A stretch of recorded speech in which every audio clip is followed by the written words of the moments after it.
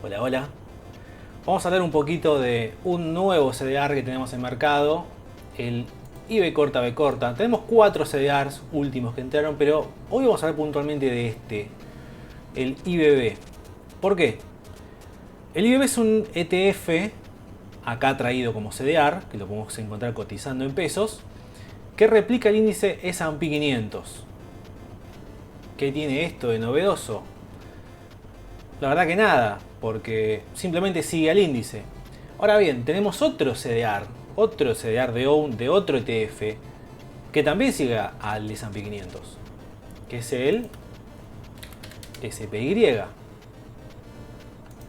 Entonces, si ya tenemos un CDR, el SPY, que sigue el índice S&P 500, ¿para qué cazzo necesitamos otro CDR, el IB corta B corta IBB, que también sigue el S&P 500? ¿Cuál es la diferencia?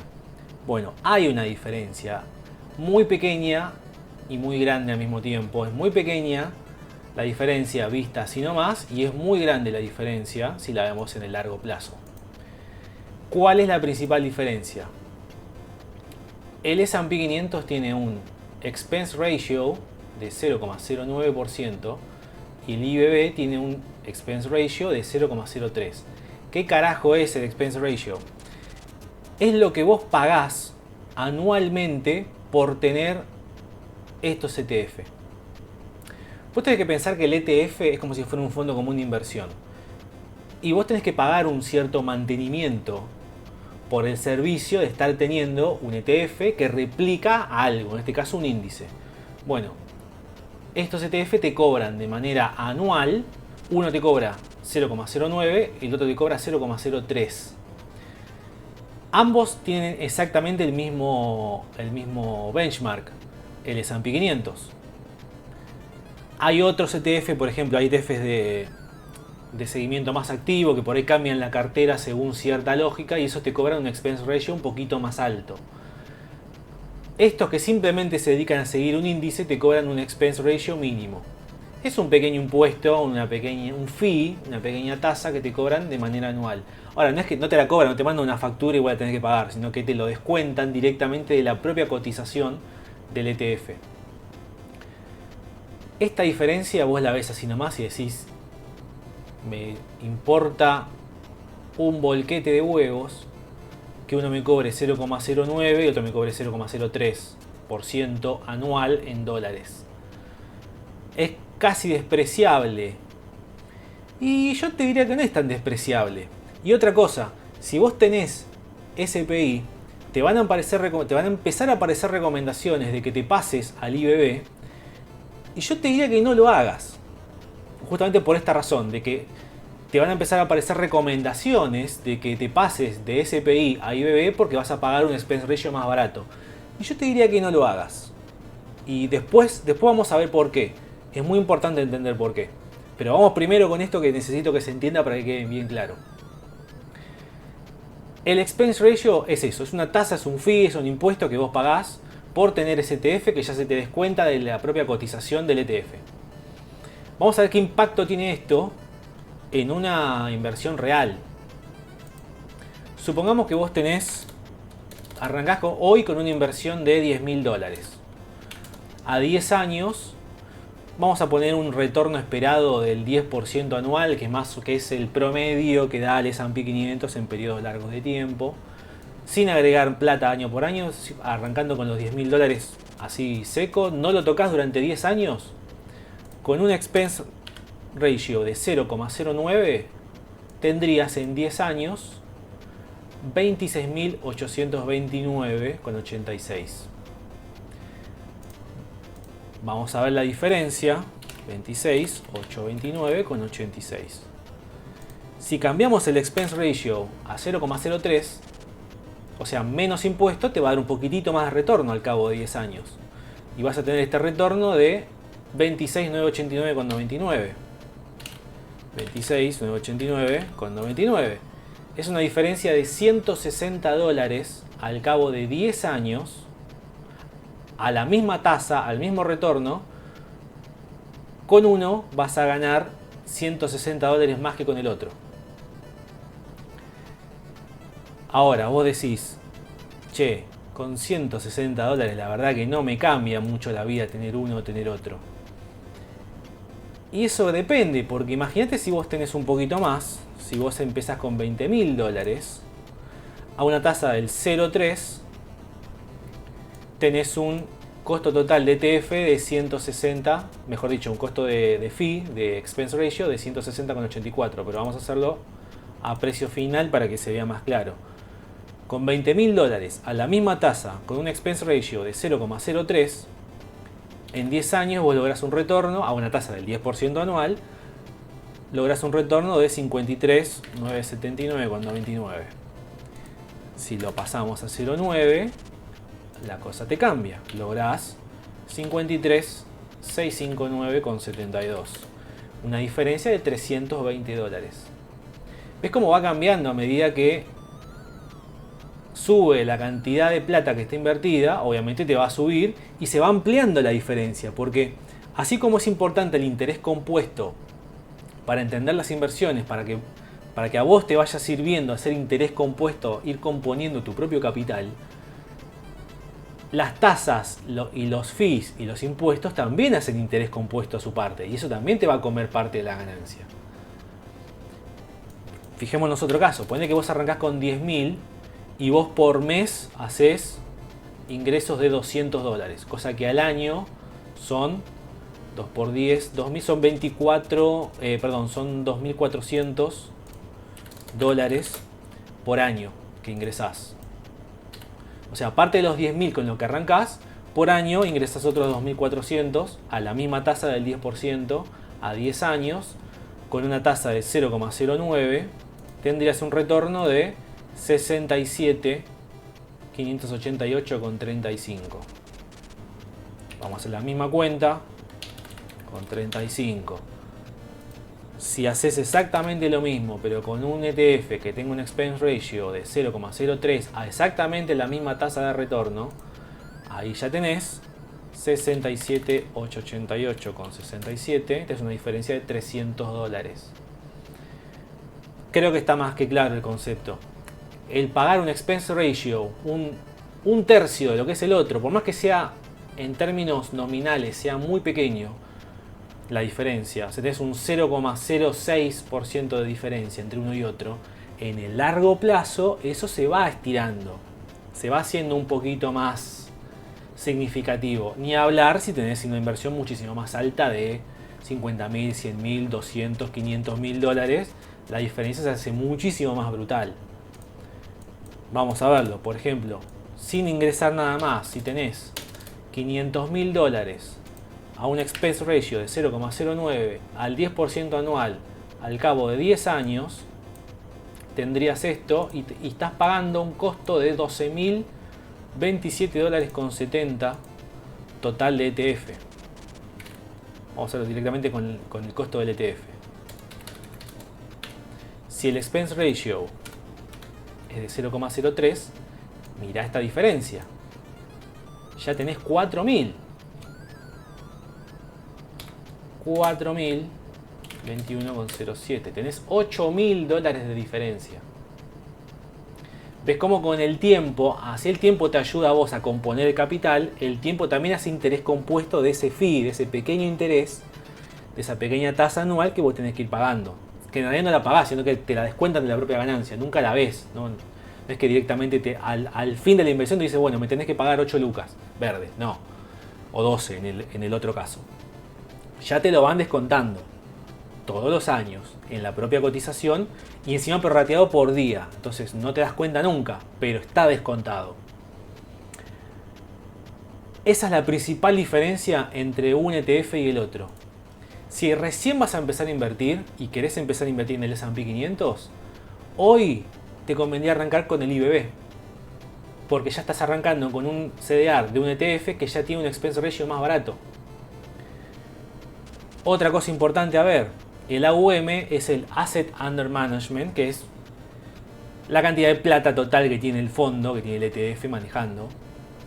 Y ya el IBB superó, tiene 766.000 millones contra 714 millones. Entonces es una cuestión de liquidez, de ver cuánta liquidez puedes meter. Bueno, Pero acá lo importante es notar que tenga un expense ratio más barato hace que haya más volumen, que tenga más asset under management, que tenga más dinero bajo administración, justamente porque es más barato. Te sale más barato.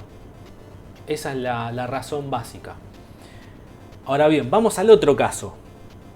Suponiendo que vos tenés SPI y lo venís comprando desde que está el CDR, ¿te conviene pasarte al IBB? La respuesta en principio sería no. Aunque la respuesta en realidad es depende. ¿Depende de qué? Bueno, ¿por qué no y por qué depende? Mirá, vos cuando comprás acá en el mercado argentino un CDR en un broker, en una LIC, probablemente te estén cobrando una comisión que puede estar entre 0,5 o 0,7% aprox entre compra y venta. O sea, por comprar y por vender. Si vos agarrás toda tu posición de SPI y la vendés, vas a pagar una comisión, supongamos de 0,5% para ser generoso. Si vos querés hacer esa operación de tener toda tu posición de SPI y pasarla a IBB, total es lo mismo pero más barato porque tiene un expense ratio más barato, vos ya vas a estar medio negativo porque vas a pagar toda tu posición de SPI, te van a cobrar, en el mejor de los casos, 0,5% para vender esa posición. Y cuando hagas la compra de IBB te van a cobrar otro 0,5% por la compra. O sea, ya arrancás un 1% abajo. Solamente por hacer ese cambio. Y ahí vos pensarás, con un cálculo mental que podríamos hacer cualquiera, si no más, a más o menómetro, decís, me importa 3 carajos, ese 1% de diferencia me estoy pasando a un CDR que va a seguir el mismo índice que yo tenía antes, pero con un expense ratio más barato. Y no es tan fácil. Vamos a hacer unas cuentitas para que te des cuenta. Supongamos que vos tenés $10.000 metidos en SPI. Y como te dije recién, si vos te querés pasar a IBB, te va a costar por lo menos un 1% de tu posición. Entonces, si vos tenías $10.000 en SPI, cuando vos te pasás a IBB ya no tenés $10.000, tenés un 1% menos. Tenés 9.900. Entonces ya arrancás con 9.900. Vamos a hacer esta cuenta primero.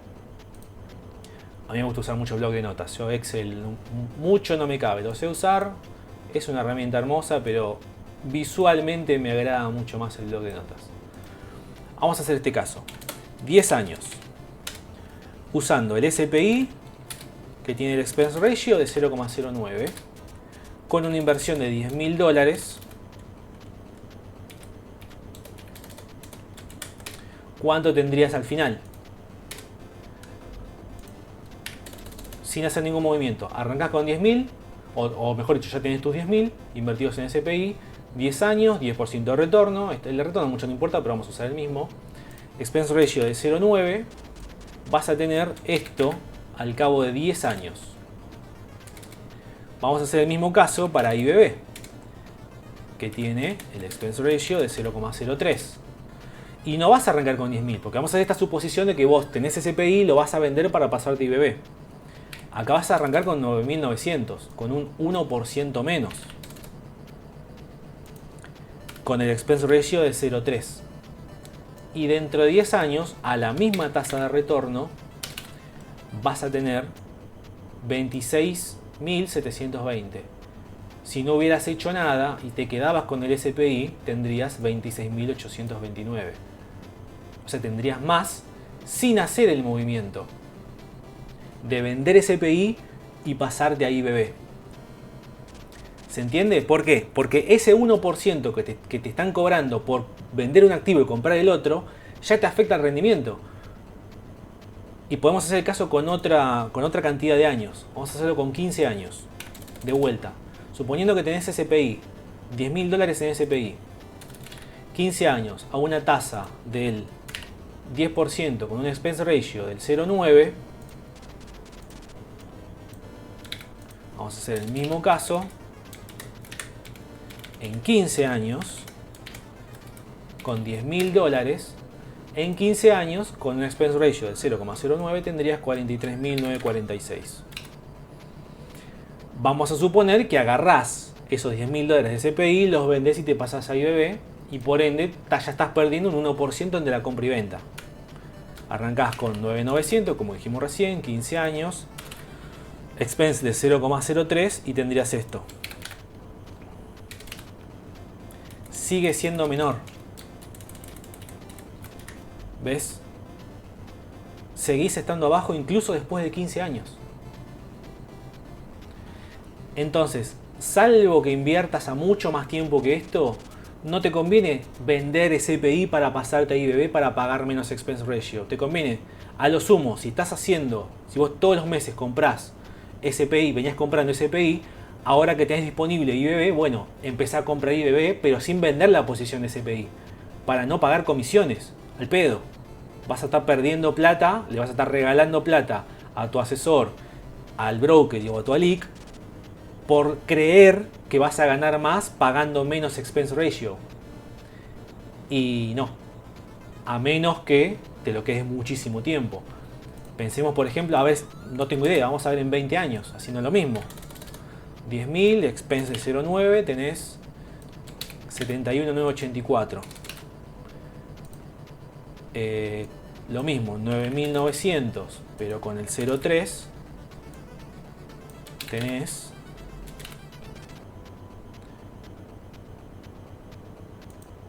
acá, mira, recién en 20 años, con el expense ratio de 0,03, estás por encima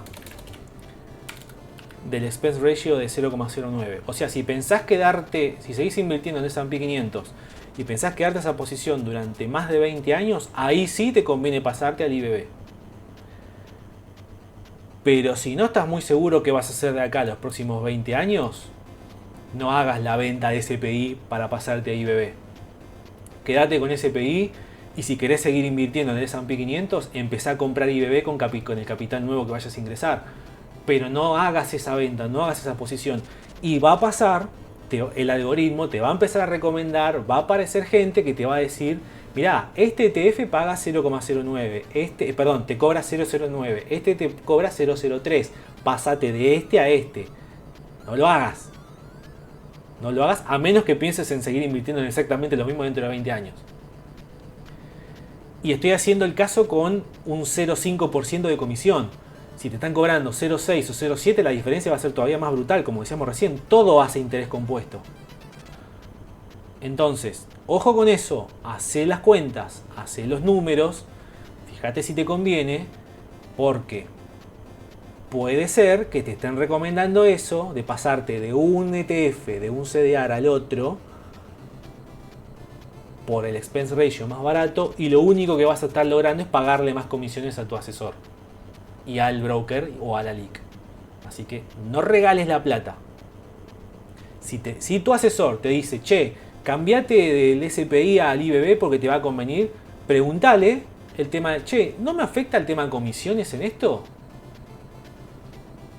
¿O me podés calcular a ver si vale la pena hacer este cambio, incluyendo las comisiones que tengo que pagar por compra y venta, por la venta del SPI y la compra del IBB? De vuelta, no regales la plata. Hacé bien las cuentas, hacé bien los números.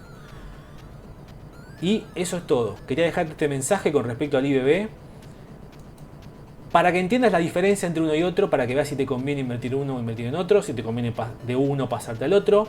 En principio, si recién vas a empezar a invertir en S&P 500, mandate de lleno al IBB, sin dudas, porque vas a pagar un expense ratio más barato de entrada. Si ya tenés SPI, calcula bien si te conviene pasarte al IBB en función del tiempo y en función de las comisiones que te van a cobrar. Eso es todo. No regales la plata, que sigas bien y nos vemos la próxima.